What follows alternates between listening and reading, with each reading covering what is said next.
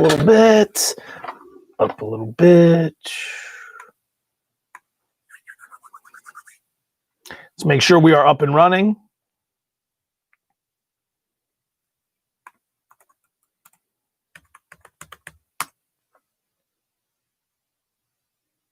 Come on, let me see it.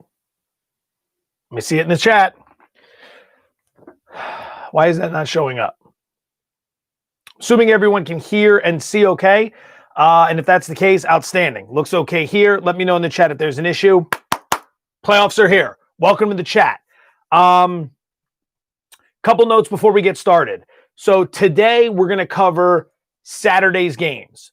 3 games. We'll talk about some line moves for Sunday, but we're not going to get into any of the actual picks for Sunday. We'll do that Sunday morning. So stream right now for Saturday's games. Sunday morning, we're going early. 10 a.m. Eastern, 7 a.m. Pacific. We're going to go live 10 a.m. Eastern, 7 a.m. Pacific on Sunday to get ready for Sunday's card. Main reason for that, Daily Wager is a part of what's being called the ESPN Megacast for the wild card game that ESPN got this year. It's the Titans-Ravens game. So if you have ESPN Plus, you want to check it out. It's going to be the NFL Live crew, which is Mina Kimes, Laura Rutledge, Marcus Spears, Dan Orlovsky, and then the Daily Wager crew here in Vegas. Doug Kazarian, Tyler Foljam, and myself. 2 sets. They're going to handle a lot of the discussion during the game.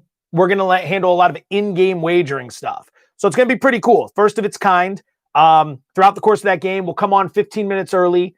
We'll discuss bets we like for the game, prop sides, totals, all that stuff. A lot of that I'll discuss here in the morning. And then during the game, we'll be on camera discussing wagers we would make throughout the course of the game. So you can check that on ESPN Plus Sunday. So here's where we're at. Saturday's games covered here. Sunday's games covered 10 a.m. Eastern, 7 a.m. Pacific, Sunday morning. And then we're going to be back on Monday, likely 2 p.m. Eastern, 11 a.m. Oh, might even be earlier now that I think about it because bet is out 1 o'clock. So we're going to have a morning stream on Monday to cover the College Football National Championship. I'll give you the details of that on Sunday. All right. Last time we talked Sunday Night Football, 1-4. Should have seen shenanigans coming from the Philadelphia Eagles. We called the Hurts interception, but the Antonio Gibson props, the Hurts over props when it came to attempts, stuff like that, he got yanked out of that game. No need to rant on that now. 1-4 for that game after a really nice weekend. So 151, 185, and 2 overall, 34 under 500. We started to dig into this awful streak and then gave a chunk of it right back. 7 picks. Yes, 7 picks coming up. 8 picks. Yeah, I had a lean here at the bottom. That's going to be pick number 8. Coming up for Saturday's action. So here's where we're going to start. The weather forecast as of now. Buffalo hosting Indianapolis is game number 1. 34 degrees, 0% chance of precipitation as of now. 7-mile-an-hour winds. So it's going to be cold, but it's not going to be the end of the world. Buffalo, Indianapolis, good to go from a weather standpoint. Seattle hosting the Rams. 43 degrees, 5% chance of precipitation, 2 to 3 mile an hour winds. Again, not ideal. 72 degrees would be nice, but not anything we need to worry about. Game number 3, Washington hosting the Tampa Bay Buccaneers at night, 8:15 Eastern. 36 degrees, 0% precipitation, 6-mile-an-hour winds. So, as of now, remember, you got to check this stuff Monday morning. The weather can change. It's very fickle. Places like Denver, I mean, some of these places, not really. Buffalo. But as of now, we don't have to really have much of a concern as to any of that. We're not seeing dramatic line movements, totals, any of that stuff because of weather. One note, by the way. So, we were discussing this earlier this week. Do you think the NFL will keep this playoff format moving forward? 7 teams in each conference. And it's like, yeah, money. Money's the big thing. Why would they give up the money? Why would they give up the money? Obviously. But now that it's finally here, how awesome is this? A triple header on both days. The doubleheader was nice, but we always had to wait till later in the day on Saturday. You remember? Like they started, Saturday would be like 4 Eastern, and then there'd be a night game. And then you'd kind of have the normal Sunday schedule. And now, even Saturday is going to start early. Like you're starting 10 a.m. both days. triple header, 6 games. This is fantastic. There's no way the NFL is going to go back to the previous format. The money is the obvious part, but the awesomeness is what's not being discussed enough. We all get the money portion of it. Yes, more games, more revenue, but this is killer, absolutely killer going into the games tomorrow. I don't care if a team that is in 11-5 is getting in. Like, sorry to the Dolphins, and yeah, the Washington football team record, whatever. I'm still watching that game, betting that game, excited about that game. So there you go. Line moves before we get to the picks.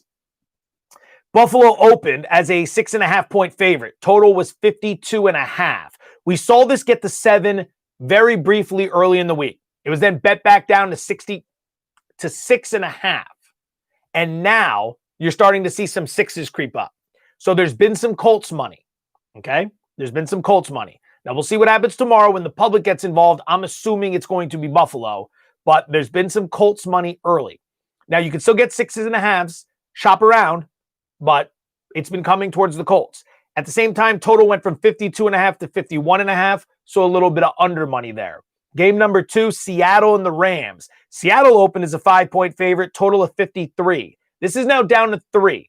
Total's down to 42 or 42.5, depending on where you look. So obviously some under money's coming in on this game as well. Going from 5 to 3 is digging the ink. Oh, thanks.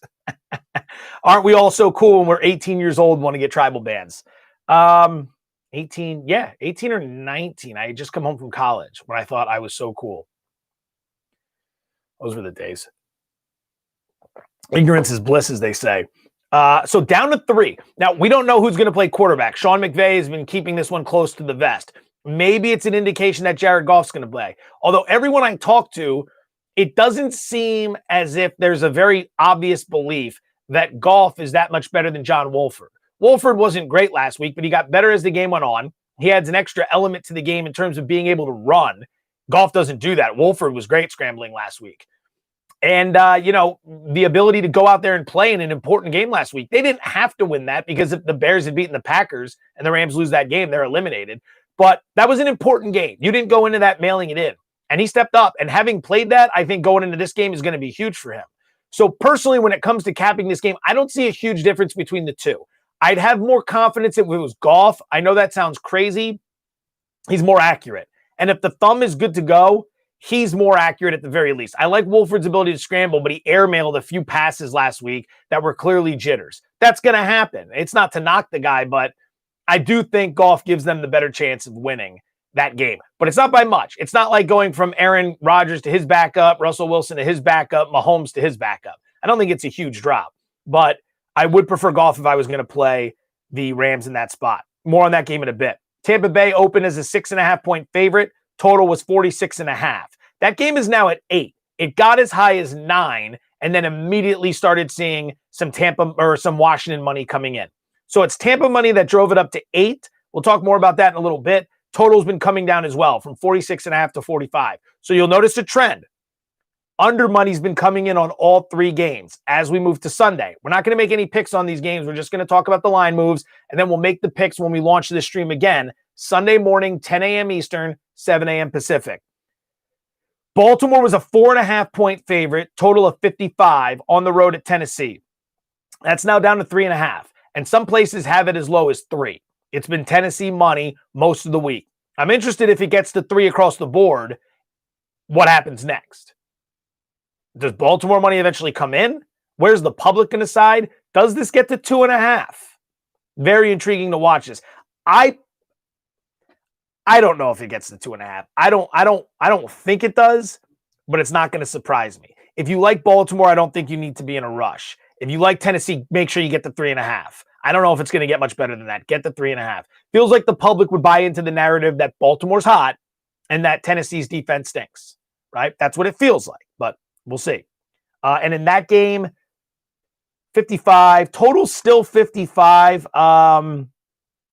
At some places, 54.5 at others. So a little bit of under money there. New Orleans opened as a 9.5-point favorite hosting the Bears, total of 48. That's up to 10. New Orleans money. I mean, what do you expect? I don't think there's a whole lot of confidence in the Bears out there. Under money as well, from 48 to 47. You're seeing this in every single game.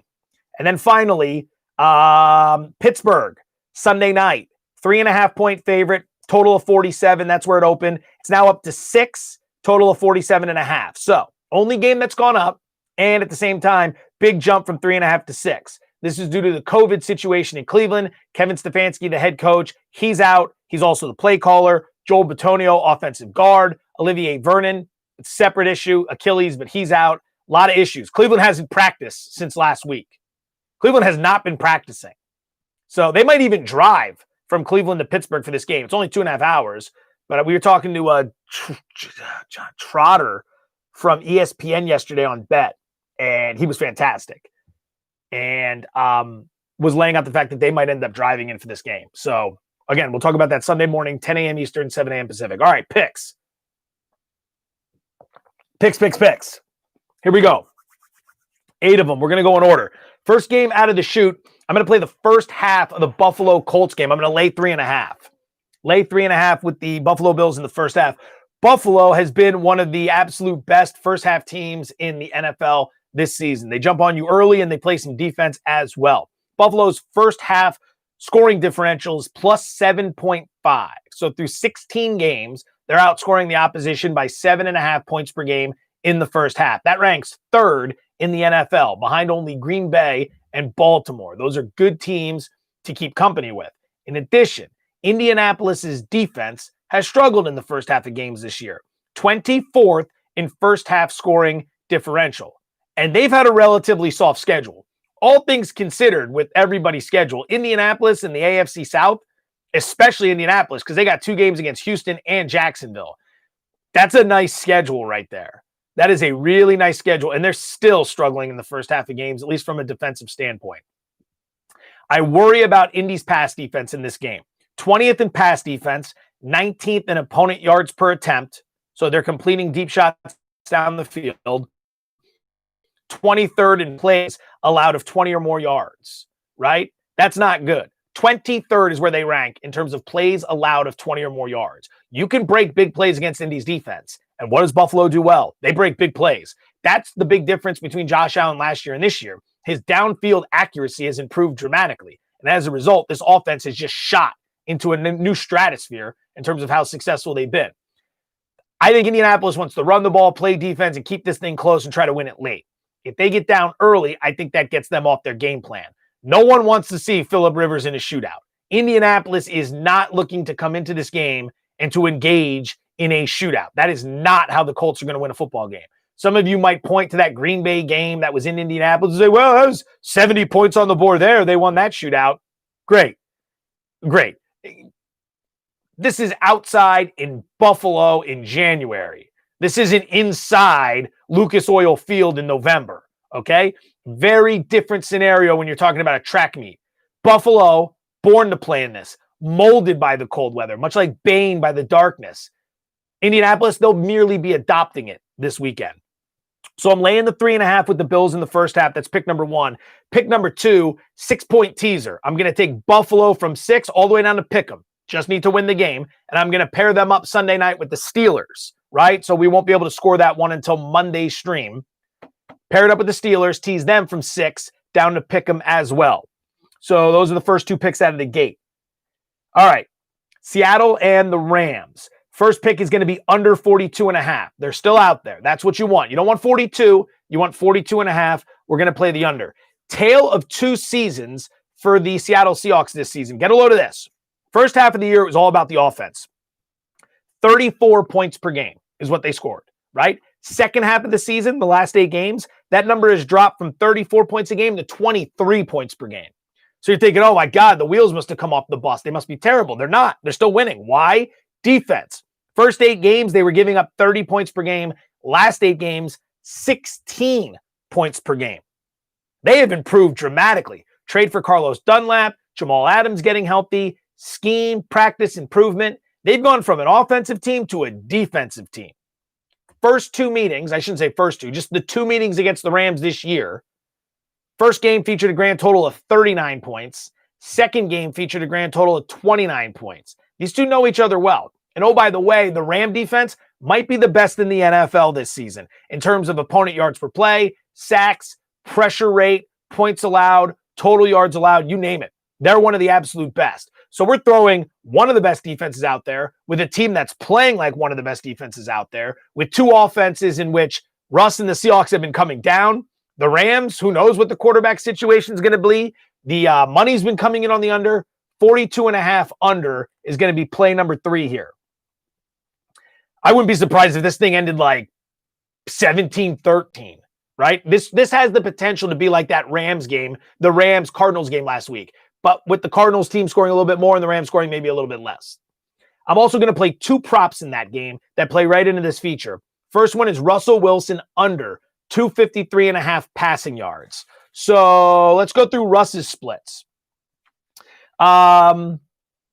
First 8 games this year, he was throwing the ball 37 times per game.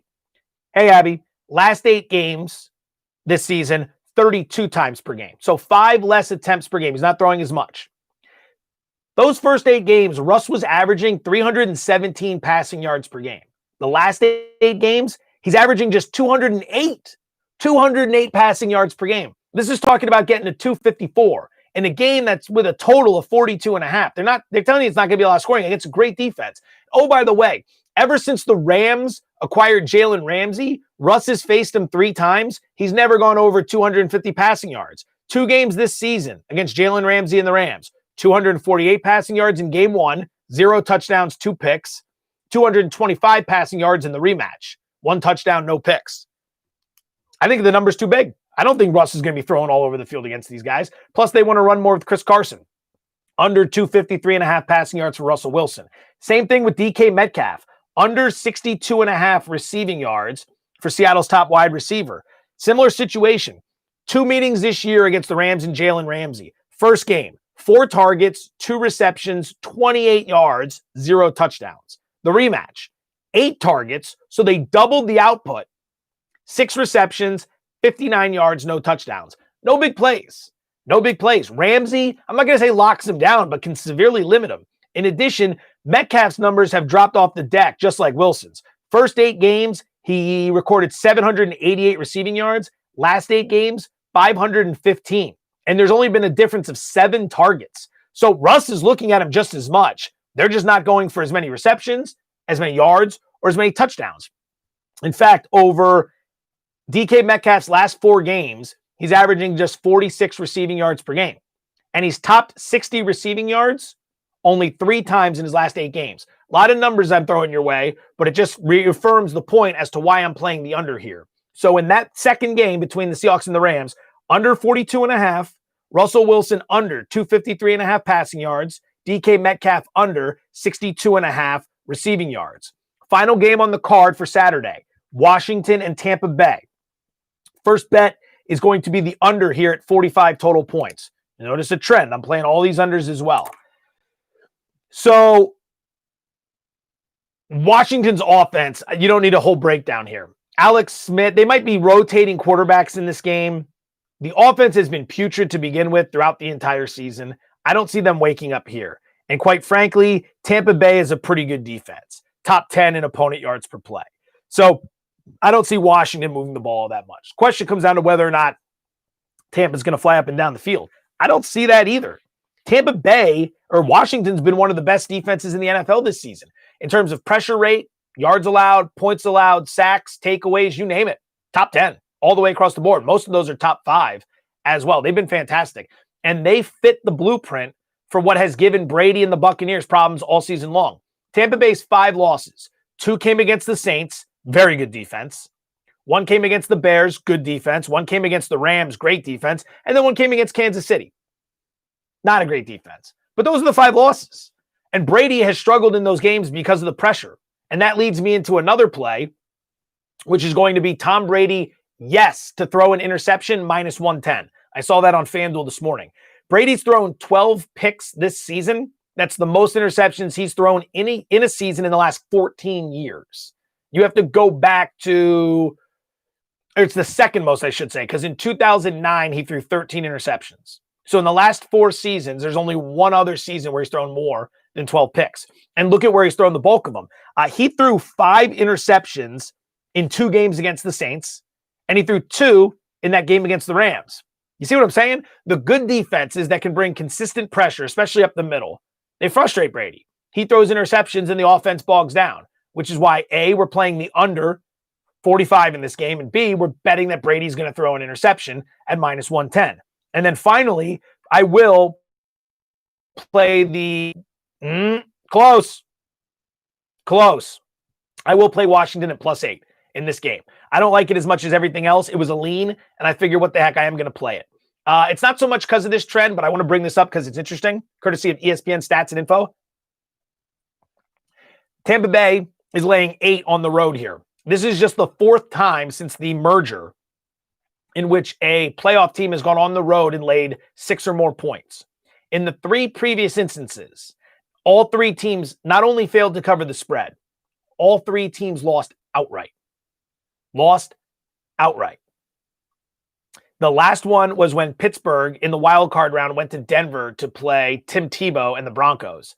And Tebow had that 80-yard touchdown pass on the crossing route in overtime. The time before that was the Beastquake. Saints were laying 10 in Seattle. Seahawks beat them outright, the Beastquake. And then the time before that, the only other one was, I believe, 2000, when the Saints hosted the greatest show on turf, the Rams. So not only do teams in this spot fail to cover, they don't even win. Now, I'm not saying that's why I'm playing this. I just think this is going to be an ugly, low-scoring, defensive game, and I get 8 points in my pocket. And I don't think Brady's going to play very well. So I will play Washington. So here's your recap. 8 bets. Buffalo, -3.5. Tampa in a teaser. You could do that. I mean, it's a good teaser number. They're at 8. So you'd be going through the key number of 7, through the key number of 4, through the key number of 3. It's not a terrible teaser play. I also like the idea, you're not going through 7, but I like teasing Buffalo from 6 to pick them, and I like teasing the Steelers from 6 to pick them. That's actually the teaser I mentioned earlier. So here are the 8 plays. Buffalo -3.5 in the first half over the Colts. Buffalo and Pittsburgh in a 6-point teaser. Buffalo pick them, Steelers pick them. Seattle and the Rams under 42.5. Russell Wilson under 253.5 passing yards. DK Metcalf under 62.5 receiving yards. Tom Brady, yes, to throw an interception, -110. Washington, Tampa Bay under 45 points. Washington +8. 8 picks. 8 picks. And that's a wrap. Thank you for coming. You guys are the best. So many of you are here for so many of these. You guys are absolutely awesome. Abby, Tom, Quincy the Troll. I didn't see him in there today, but I'm sure he'll be back on Sunday. But it's great to have everyone. Trolls and supporters alike. I love you all. Thank you for coming. I will see you Sunday morning. Remember, different time. 10 a.m. Eastern, 7 a.m. Pacific. But if you miss it live, you won't get any questions in. You can always send me up questions on Twitter, but you can still watch this because it lives on the YouTube channel. So I'll see you Sunday morning. Good luck. Enjoy the games. No college basketball. If I had it, I would pass it along. I was looking, but nothing had popped up. I will tell you that I kind of like the, this is me personally. So I like the Knicks under tonight against OKC. And I also like the under in the Suns-Pistons game. Those are 2 I'm looking at. So keep that in mind. I'm not keeping it on the list, just 2 basketball games I'm considering. Thank you all. Have a wonderful Friday. Have a wonderful weekend. I'll see you Sunday morning, 10 a.m. Eastern, 7 a.m. Pacific.